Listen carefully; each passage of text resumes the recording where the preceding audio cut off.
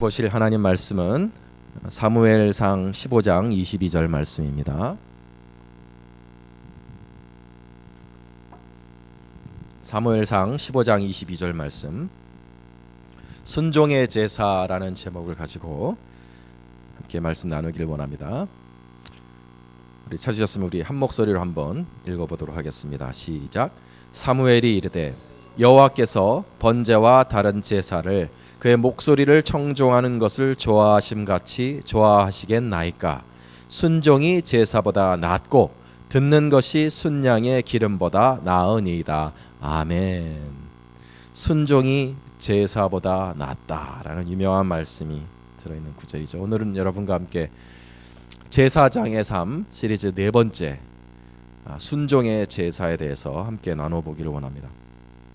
우리가 인생을 살아갈 때 하나님의 인도하심이 참 절실하게 필요할 때가 있습니다. 언제하면 인생이 이렇게 퍼즈가 되는 순간이 있죠. 하던 일이 잘 안 될 때, 그래서 잠깐 접고 새로운 사업을 해야만 할 때, 이 길이 막혀서 이제 어느 길로 가야 할지 하나님의 인도하심을 받아서 가야 되는 때가 있습니다.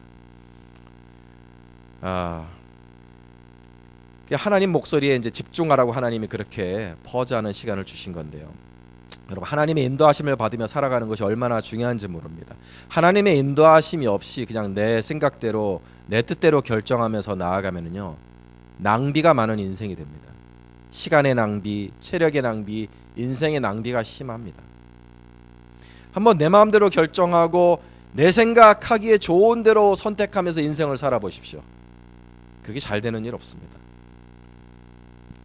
하나님의 인도하심을 받아서 살아야지 헛수고를 줄일 수 있고, 하나님의 인도하심을 받아서 가야만 확실한 길로 갈 수가 있습니다. 우리 성도들에게 있어서 하나님의 인도하심을 받으며 살아가는 것이 얼마나 중요한지 모릅니다. 우리 하나님께서 당신을 어떻게 계시하셨습니까? 목자로 계시하셨습니다. 목자, 선한 목자다. 나는 너희의 선한 목자다. 목자가 뭐예요? 양을 인도하는 것이 목자 아닙니까? 양은 어디로 가야 좋은 꼴이 있는지, 어디로 가야 안전한지를 모릅니다. 목자가 있어야만 생존할 수 있는 존재들입니다. 하나님께서 당신과 당신의 백성을 그렇게 목자와 양으로 그렇게 비유를 하신 것은 진짜 진실이 그렇기 때문입니다. 하나님이 잘 인도하시고 우리는 하나님의 인도하심에 끌려서 살아가야만 좋은 꼴을 먹을 수 있고 안전한 곳으로 갈 수 있습니다. 하나님의 인도하심을 받으며 살아가는 것이 그렇게 중요한 것입니다.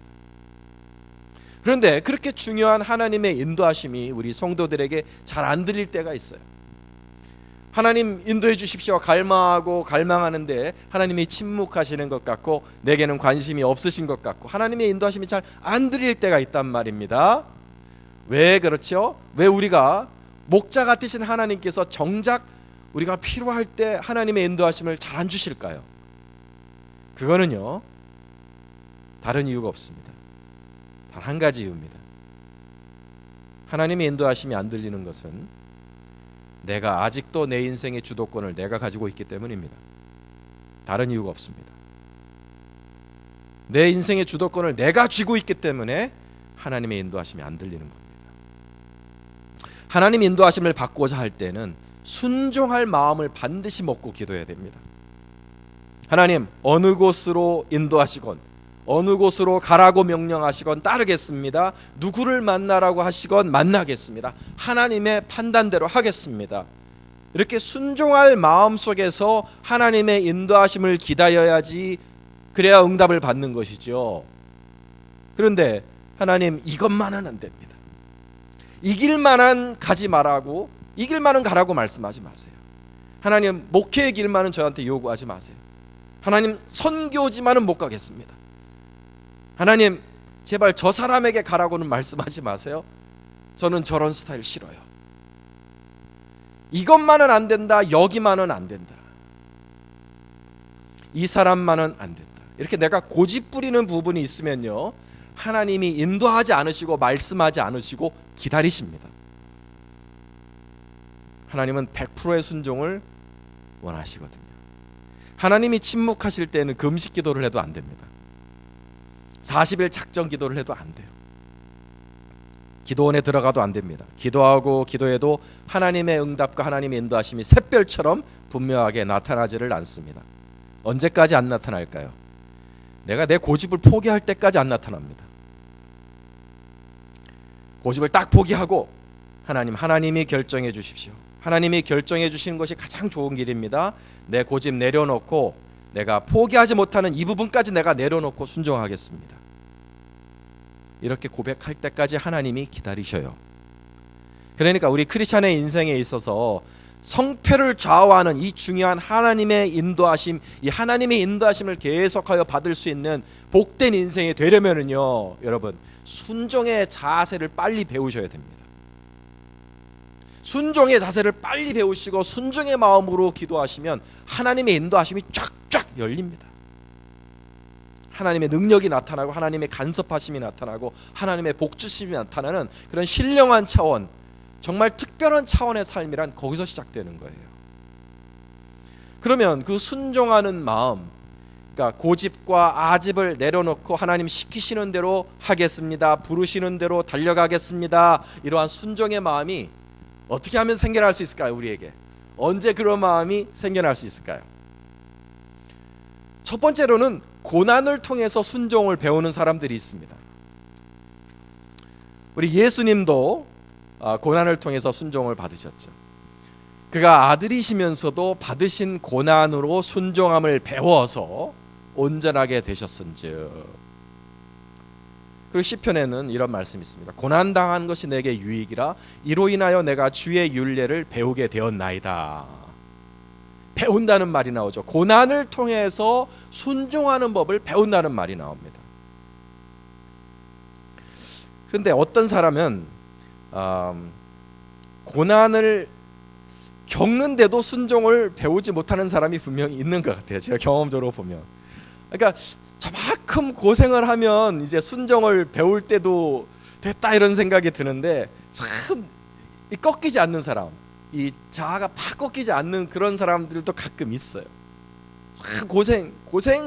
생고생을 하는데도 아직도 자기가 판단하고 자기가 옳은 대로 결정하면서 그렇게 살아가는 사람들이 있습니다. 그런 걸 보면 고난을 통해서 순종을 배우는 사람도 있지만 꼭 그렇지는 않은 것 같아요. 반대로 어떤 사람은요, 고난이 없는데도 순종을 배우는 사람이 있습니다. 그냥 고난이 없는데도 착한 마음으로 순종하는 사람들이 있어요. 그러니까 순종하는 법을 아는 거죠. 뭐냐면 그냥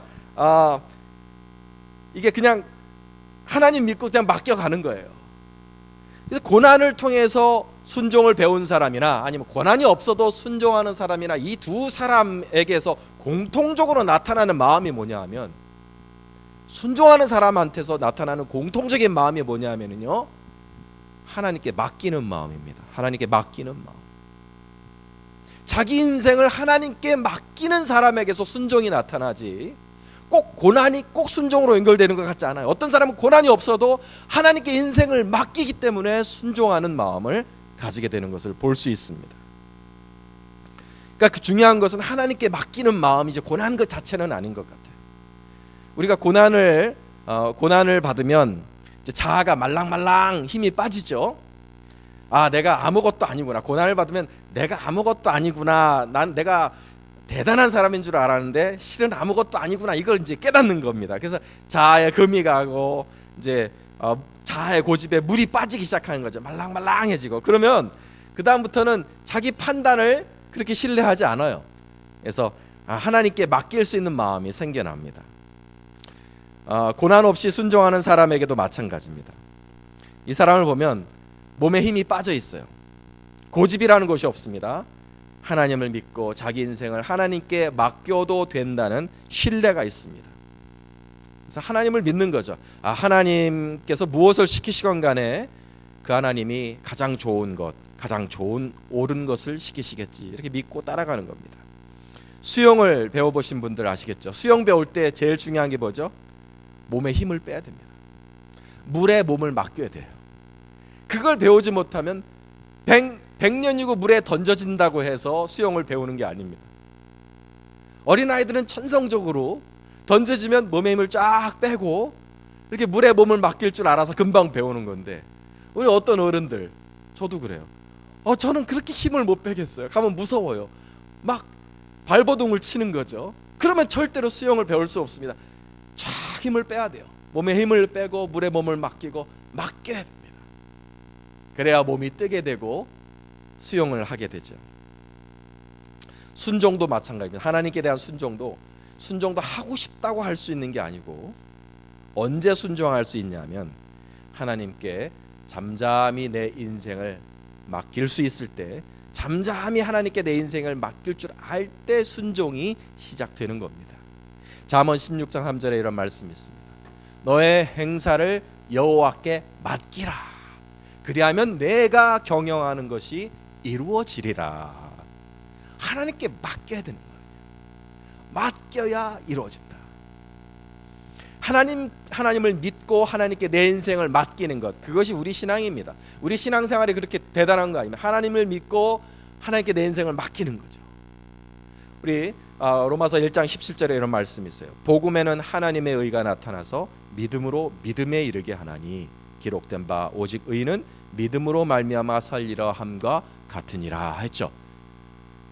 믿음으로 믿음에 이르게 하나니, face to face, 믿음에서 믿음으로, by faith from first to last라고 되어 있는데요, face to face라고 되어 있기도 합니다. 이게 무슨 소리냐? 우리는 작은 믿음으로 시작합니다.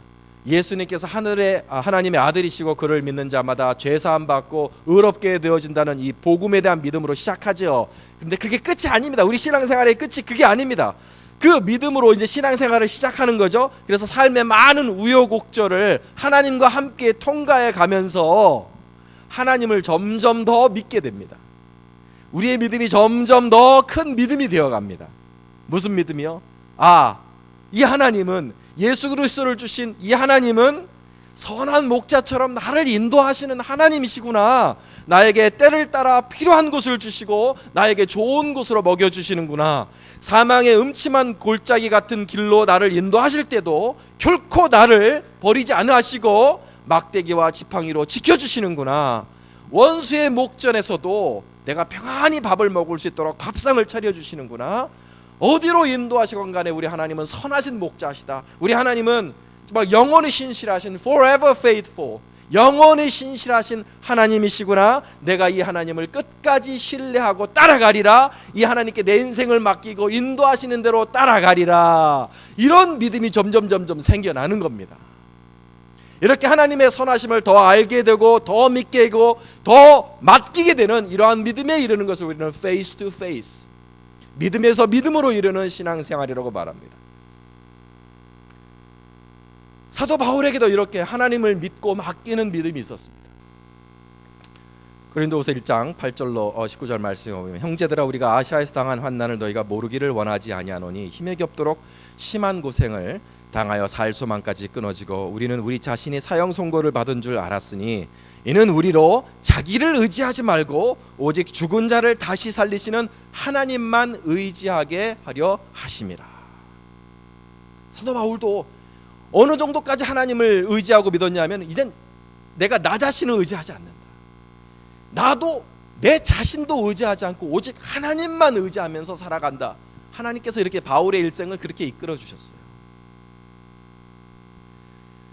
우리 주님은 알면 알수록 더 귀한 주님이십니다. 시간이 지날수록 더 신실하신 주님이십니다. 사랑에 변함이 없으시고 나를 대하시는 태도가 언제나 동일하십니다. 우리 하나님은 나에게 신실하신 하나님이십니다. 그래서 우리 하나님께 나는 우리의 일생을, 우리의 인생을 맡길 수 있는 신실하신 하나님이신 줄로 믿습니다. 이것이 우리 신자들의 고백이죠. 이 신자들의 고백이 잘 나와 있는 것이 시편 62편, 제가 참 사랑하는 시편입니다. 우리 같이 한번 읽어보겠습니다. 시작. 나의 영혼아 잠잠히 하나님만 바라라. 무릇 나의 소망이 그에게부터 나오는도다. 오직 그만이 나의 반석이시요 나의 구원이시요 나의 요새이시니 내가 흔들리지 아니하리로다. 나의 구원과 영광이 하나님께 있으며 내 힘의 반석과 피난처도 하나님께 있도다. 백성들아 시시로 그를 의지하고 그의 앞에 마음을 토하라. 하나님은 우리의 피난처시로다. 아멘. 아멘. 여러분, 신실하신 하나님, 선한 목자 같으신 우리 하나님께 내 인생을 맡기고 신뢰하고 어디로 이끄시건 간에 뭘 하라고 시키시건 간에 하나님, 그것이 나를 위해서 가장 좋은 길인 줄로 믿습니다. 이렇게 믿고 따라가는 것이 순종입니다. 그래서 순종은 굴복이 아니에요. 굴복이 아니라 순종이라고 부르는 이유는, 여러분, 순종은 신뢰하는 겁니다. 굴복은 억지로 따라가는 것이고, 순종은 하나님을 신뢰하고 믿고 따라가는 겁니다. 그래서 우리는 굴복이라고 부르지 않고 순종이라고 부르는 것입니다. 순종은 그냥 억울하지만 하나님이 시키시니까, 뭐 하나님이 나보다 세니까 내가 뭐 하나님이 이길 수 있나? 하나님 시키시는 대로 해야지. 그렇게 억지로 하기 싫은데 억지로 하는 게 아니에요. 순종은 하나님이 나보다 더 지혜로우시니까, 나보다 나를 더 잘 아시니까, 나에게 무엇이 좋은지를 나보다 더 잘 아시니까, 이것을 명하시는 하나님께서 무리한 걸 주지는 않으실 것이다. 나에게 결국에는 가장 좋은 걸 주시려고 이것을 명하시는 것이 아니겠느냐. 그걸 신뢰하면서 따라가는 게 순종이라는 겁니다. 하나님도 우리에게 순종을 요구하실 때 우리를 이기시려고 순종을 요구하시는 게 아니에요. 그러니까 야, 네가 이기나 내가 이기나 해보자. 네가 나보다 세? 내 말대로 해. 이렇게 폭군처럼. 하나님은 그렇게 순종을 요구하시는 분이 아니십니다. 하나님이 너는 이것을 하라, 너는 그리로 가라, 너는 저 사람을 만나라, 우리에게 무엇을 명령하실 때, 순종을 요구하실 때 하나님이 요구하시는 것은 굴복이 아니라 신뢰입니다. 신뢰. 결국 나를 따르라는 말은 나를 믿으라라는 말하고 동의어입니다. 아브라함에게 우리 하나님께서 아브라함에게 순종을 요구하셨죠. 가장 순종을 요구하셨을 때 가장 큰 순종이 뭐였죠? 내 아들, 네가 100세에 낳은 눈에 넣어도 아프지 않은 그 아들 이삭을 나에게 바치라. 이삭을 나에게 제물로 바쳐라. 하나님이 순종을 요구하셨습니다. 그때 하나님께서 아브라함에게 이런 태도로 요구하신 게 아닙니다. 아브라함아, 네가 하기 싫어도 내가 시키는 거니까 해라. 하나님이 요구하신 건 그게 아니에요. 하나님이 아브라함에게 요구하셨던 거는요, 믿음이었습니다. 믿음. 하나님은 아브라함이 자기를 믿기를 원하셨어요. 뭘요? 우리가 그걸 알려면 로마서 4장 말씀을 보면 됩니다. 로마서 4장 말씀, 기록된 바 내가 너를 많은 민족의 조상으로 세웠다 하신 것 같으니 그가 믿은 바, 아브라함이 믿은 바 하나님은 죽은 자를 살리시며 없는 것을 있는 것으로 부르시는 이시니라. 아브라함이 바랄 수 없는 중에 바라고 믿었으니 내 후손이 이렇게 하늘의 별과 같으리라 하신 말씀대로 많은 민족의 조상이 되게 하려 하심이라.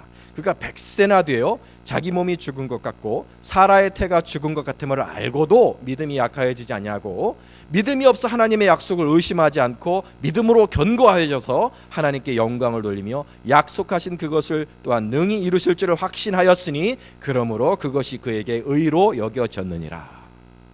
아브라함에게 하나님께서 약속을 주셨습니다. 내가 너를 통하여 내게 씨를 주고 그 씨를 통하여 너를 많은 민족의 조상이 되게 하리라. 내 후손이 하늘의 별과 같으리라.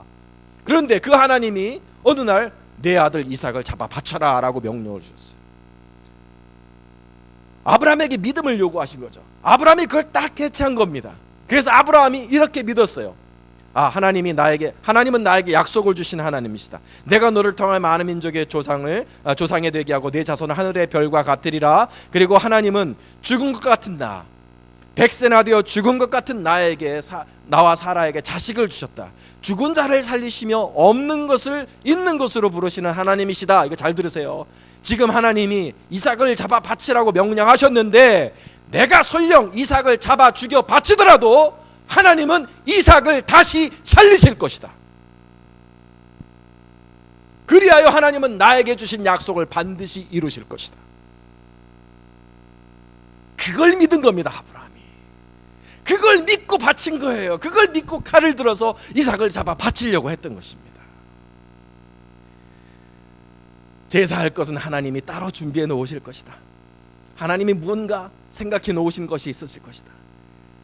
다시 살리실 하나님을 믿고 나는 하나님의 말씀에 순종하련다. 아시겠죠, 여러분? 아브라함이 절대로 노예적으로 복종한 게 아닙니다. 정말 눈에 피눈물 나는 것처럼 힘든데 하나님이 바치라고 하니까 피눈물 흘리면서 내 자식을 바친다, 그저 굴복한다, 그게 아니었다는 거예요.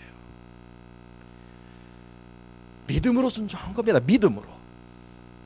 죽은 자를 다시 살리실 하나님께 대한 신뢰. 이삭을 다시 살리실 것이다. 약속을 반드시 이루실 것이다. 그 신뢰와 그 믿음으로 순종한 것입니다. 사랑하는 여러분, 아브라함처럼 하나님이 무언가를 명령하실 때 하나님을 믿고 신뢰하면서 따라갈 수 있는 저와 여러분 될 수 있기를 주님의 이름으로 축원합니다. 하나님은 강제로 무엇 시키시는 폭군이 아니세요. 믿음의 시험으로 주신 명령들입니다. 믿음으로 신뢰하면 따라갈 수 있는 명령. 사랑하는 여러분, 하나님의 주신 명령을 감사함으로 믿음으로 받을 수 있는 저와 여러분 될 수 있기를 주님의 이름으로 축원합니다. 제가 이 아브라함에게 주신 말씀, 내 사랑하는 아들 이삭을 잡아 바쳐라는 말씀을 제가 개인적으로 받은 적이 있습니다. 지금으로부터 몇 년 전입니까? 지금으로부터 23년 전에 제가 저희 집사람하고 연애를 하고 있을 때 저희 집사람이 제가 집사람을 너무 사랑했습니다. 정말 이 여자 아니면 안 될 것 같고 내 평생에 이렇게 사랑하는 여자를 또 만날 수는 없을 것이다 생각해서 우리 와이프를 정말 잡고 결혼하고 싶었는데 와이프는 저를 사랑하지 않는 것 같아요. 저에게 이렇게 어떤 그런 게 있지 않습니까? 사람에겐 기대라는 게 있습니다. 내가 이렇게 사랑해주고 이렇게 주면 저 여자도 나를 사랑해줬으면, 그런 보답을 기대하는 심리가 있습니다. 근데 그게 안 되는 여자인 거예요. 어느 날 훌쩍 미국으로 떠나버렸어요. 그리고 연락이 없어요. 전화 한 통화가 없고 편지 한 통이 없었습니다. 한 달이 지났어요. 여러분, 그거 굉장히 힘든 시간입니다. 그래서 저는 심각하게 헤어져야 되나, 너무너무 괴로워서 하나님 앞에 눈물로 기도하기 시작했습니다. 그때 우리 하나님께서 저에게 이렇게 말씀하셨어요. 내 아들, 내가 사랑하는 이삭을 잡아 제물로 바쳐라. 처음엔 그 말씀이 무엇인지 잘 이해를 못했어요. 이게 헤어지라는 말씀인가? 아니라는 거예요. 우리 하나님께서는 뭐라고 말씀하셨냐면, 네가 사랑하는 그것, 네가 집착하는 그것, 네가 이것만은 내 인생에 있어야 된다는 그것을 버려라. 제가 다른 욕심 없었습니다. 한 여자에게 사랑받고 싶은 마음밖에 없었어요. 저 어릴 적부터 저 불우한 가정 속에서 자라느냐고 이렇게 따뜻한 그 여자의 사랑에 대해서 목마른 마음이 있었습니다. 그래서 그것을 결혼하면 내 그 니드가 이제 채워질 것이라고 생각하고 그 기대하는 마음이 있었는데 하나님이 그걸 콕 집어내신 거예요. 옹이야, 사랑받고 싶은 마음, 애정을 되돌려 받고 싶은 그 마음, 여자의 품속에서 안식을 찾고자 하는 그 마음을 버릴 수 있겠니? 그걸 네가 버리고 결혼하기를 원한다. 무슨 소리냐면, 우리 황수경이라는 사람하고 결혼하면 너는 평생 사랑받지 못할 것이다. 그걸 각오하고 결혼해라 이거야. 너는 평생 그 여자를 사랑해야지 사랑받을 생각을 버려라. 사랑받고 싶다는 그 생각, 네 인생의 가장 큰 행복이라고 생각하는 그거를 나에게 바칠 수 있겠니? 제가 그 말씀을 딱 듣는데 하나님은 왜 이렇게 가혹하실까 나한테? 이게 내가 술을 즐기는 것도 세상을 즐기는 것도 아니고 내가 사랑하는 사람 만나서 행복하게 살고 싶은 그 마음을 왜 하나님은 뺏으려고 그러시는 걸까?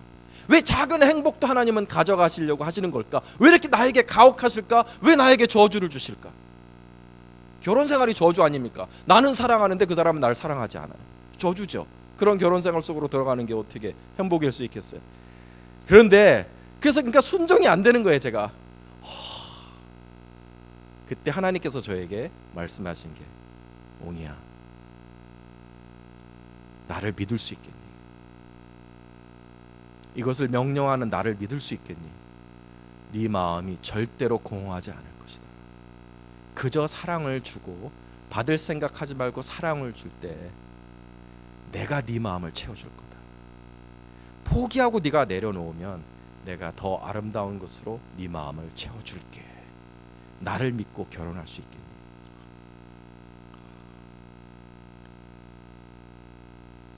그래서 제가 많은 씨름 끝에 결심을 했습니다. 그래, 하나님 믿고 한번 가보자. 그래, 하나님 믿고 결혼하자.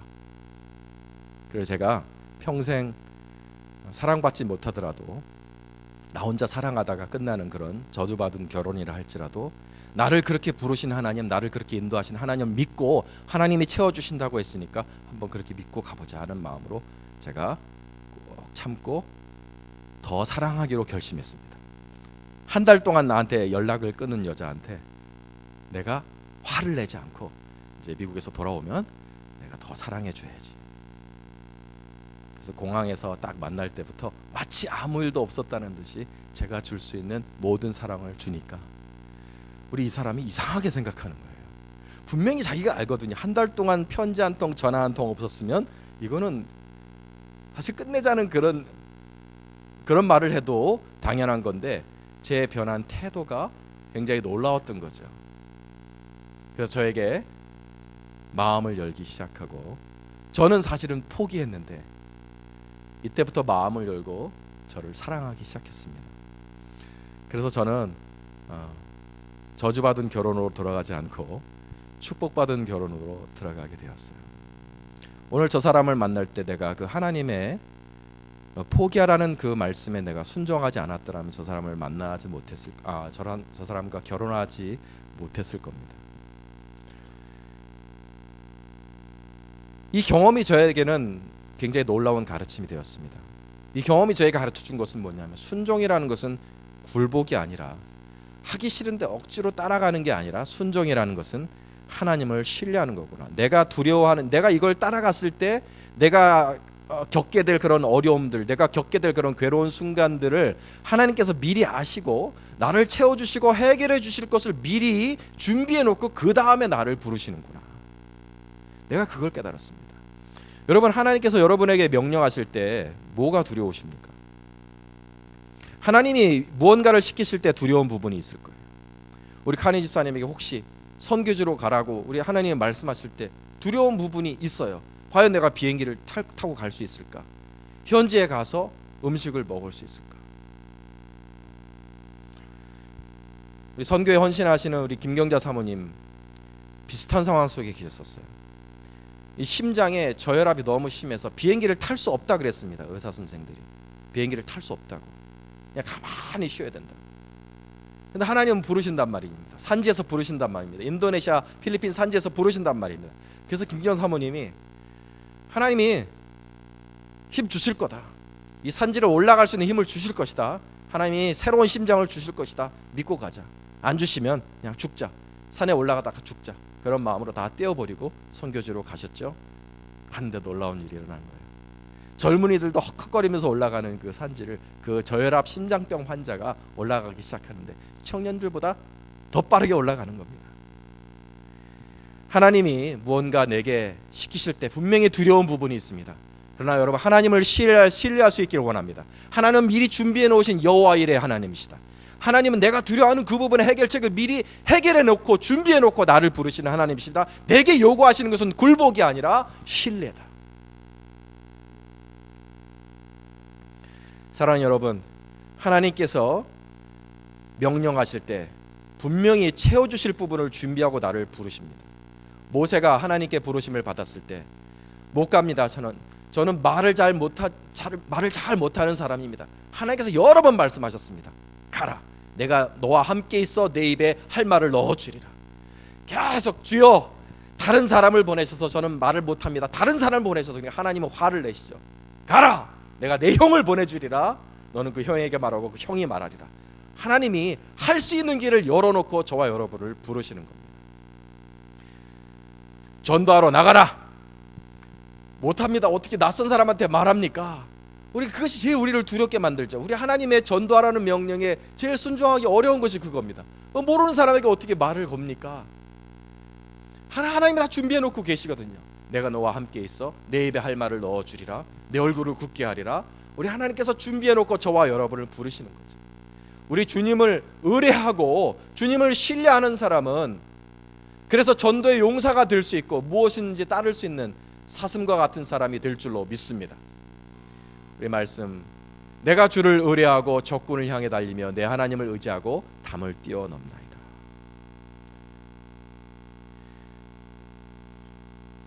우리 하나님을 의뢰할 때 우리는 적군을 향해 달릴 수 있고 담을 뛰어넘을 수 있습니다.